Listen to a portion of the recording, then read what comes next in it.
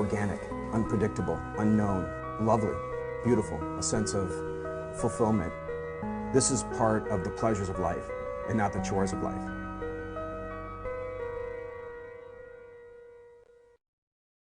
Coming up on Daily Iowan TV, recent research shows that an unreadable handwriting is leading to mistakes in hospitals all across America. We'll explain later. And find out about a new method that the UI is using to hire former members of the military. Everyone loves the long ball, but the Hawkeye baseball team has struggled to hit home runs this season. Find out why in sports. That's coming up right here on Daily Iowan TV.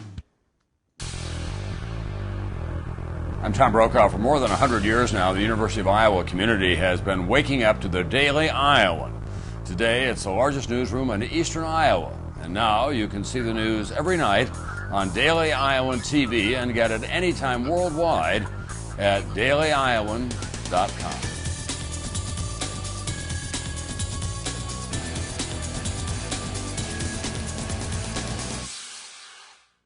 Good evening and welcome into your Thursday edition of Daily Iowan TV. I'm Lauren Moss.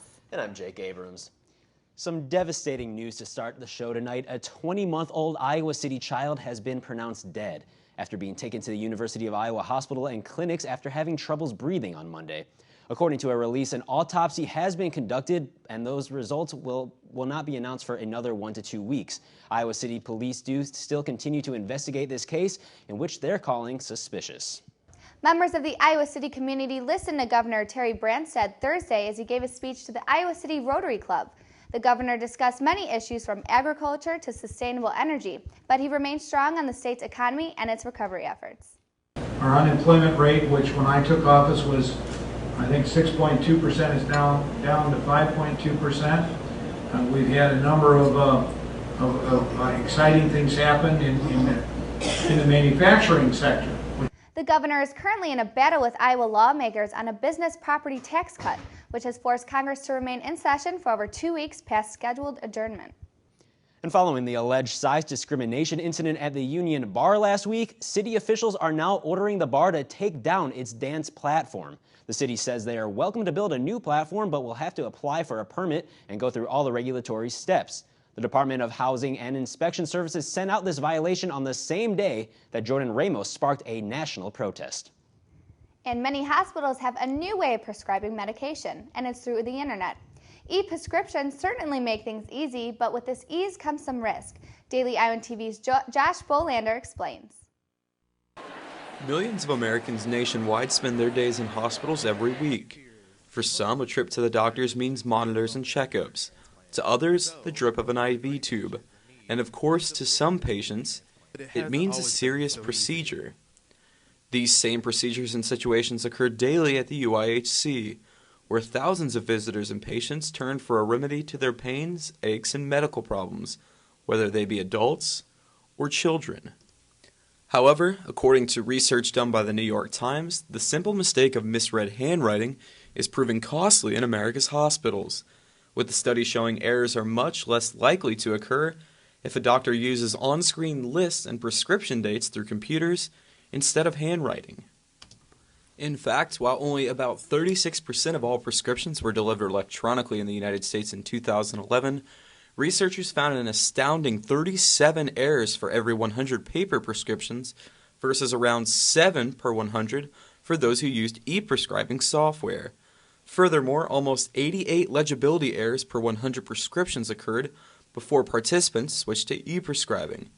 The Institute of Medicine has also estimated annual costs for preventable adverse drug events in hospital settings alone at about $2 billion in the United States.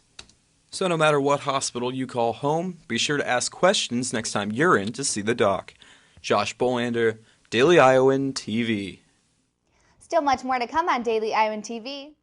And find out how one teacher is helping to raise disability awareness on campus. And in sports, we'll tell you all about the Hawkeye sports teams in action this weekend. But first, let's check in with Daily Iowan TV's Tasha Woods for a look at your weekend weather. Hey, Tasha. Hey guys, really hot and sticky out there these past couple of days, and all this is leading up to a few thunderstorms this weekend. But first, let's take a look at tomorrow's forecast. Friday morning, we'll have a high of 68 degrees with cloudy skies. Later into the afternoon, highs will reach up to 79, and then later into the evening, a high of 73 with a 50% chance of rain. This coming weekend is going to look pretty similar with highs in the upper 70s and lower 80s. Also expect a 30% chance of thunderstorms on Friday and Saturday, and a 60% chance on Sunday. For the start of next week, temperatures will start to cool down a little bit with highs in the lower 70s and upper 60s with partly cloudy skies. That's all I have for you with weather, and back to you at the desk. Students in Professor Joe Salentik's social entrepreneurship class were in for quite a surprise Wednesday night when their teacher changed his personality several times throughout the class.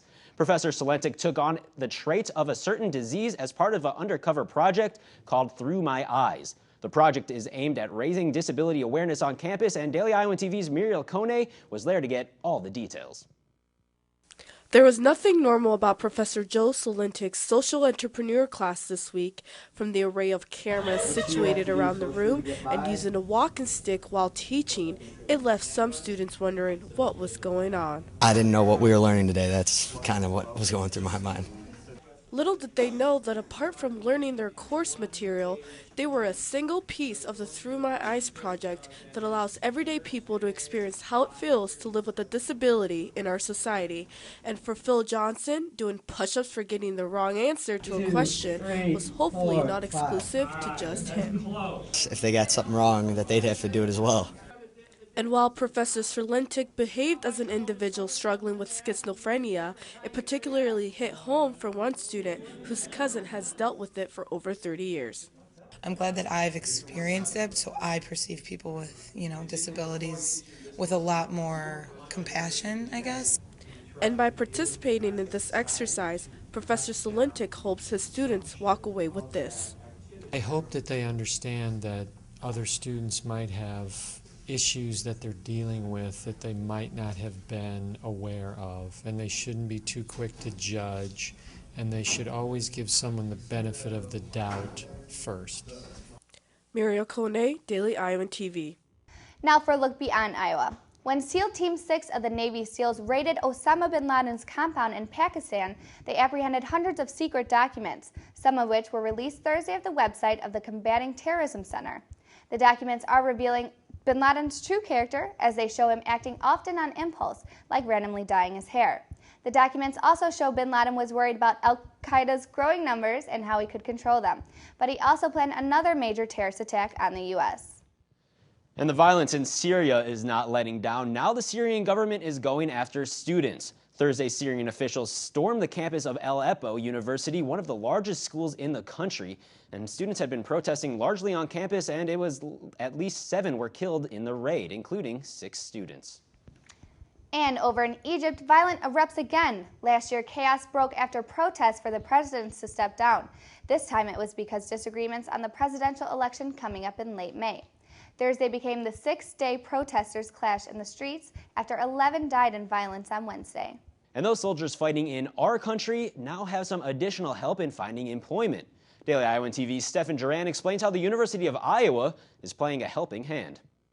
The ultimate goal for all college students is to get a great education and start a successful career. For some students around campus, the dream job that they are striving for may be harder to come by. Here at the University of Iowa, there is a growing number of current and veteran military students, and Heroes to Hired is a new organization that is focused on helping military students find jobs. Heroes to Hired is one way the university can ensure that the veterans have a clear outlook on their working future. And it's a way of connecting those businesses and employers who said they want to work with returning veterans and match the right skills and education to the jobs that are out there. By posting their resume to heroes-to-hire.jobs, military students and veterans can interact with businesses and companies looking to hire them and learn about hiring events to help them in the future. Not only is the Heroes to Hired program just for current and veteran military students, but it is also available to their children and spouses as well. And with the current unemployment rates for veterans being significantly lower than the national average, many military students are happy to see Iowa adopt this program. Programs like Heroes to Hire will help assimilate us back into, the civilian work life and help transition us from military work to civilian work. With soldiers and veterans being a very important part in today's workforce, the U.S. military hopes that heroes to hired in other programs will make the transition into work life a little easier. Stephen Duran, Daily Iowan TV. And now Daily Iowan TV's Kyle Hughes is here for a look at Hawkeye sports. Going, going, gone. That's a phrase that Iowa baseball fans haven't heard much this year. Daily Iowan TV Sports' Kate Constable tells us why the team isn't quite having an out-of-the-park season. 7. This is the number of home runs the Iowa baseball team has hit all season. That's 7 home runs in 40 games. So when asked about being a power-hitting team, left fielder Phil Kepler just laughed. No, I wouldn't say we're a power-hitting team. Why not? I mean, I don't know. I think we have like 7 home runs on the year. But with powerful hitters on the team like Chet Zize and Sean Flanagan, some wonder why more balls aren't going out of the park.